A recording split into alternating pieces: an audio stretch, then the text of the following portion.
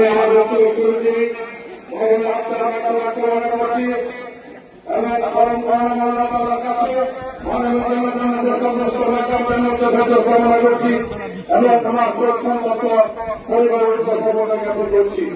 কোন নার্সিং জায়গায় প্রত্যেক মানুষকে মৃত্যু স্বাদ গ্রহণ করতে হবে। তাই ধারাবাহিকতায় ভবন সবে জবান লিখন সাহেব আজকে আমাদের আমার থেকে দিনের জন্য না চলে গেছে।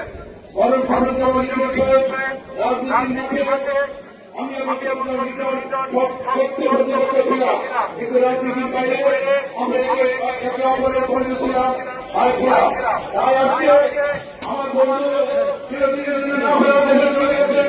রাজনীতি করতে গিয়ে অনেক মজুরি হয়, কোন মানুষ উঠতে হয়। আজকে আমাদের এখানে আপনাদের কাছে আমাদের করতে হবে।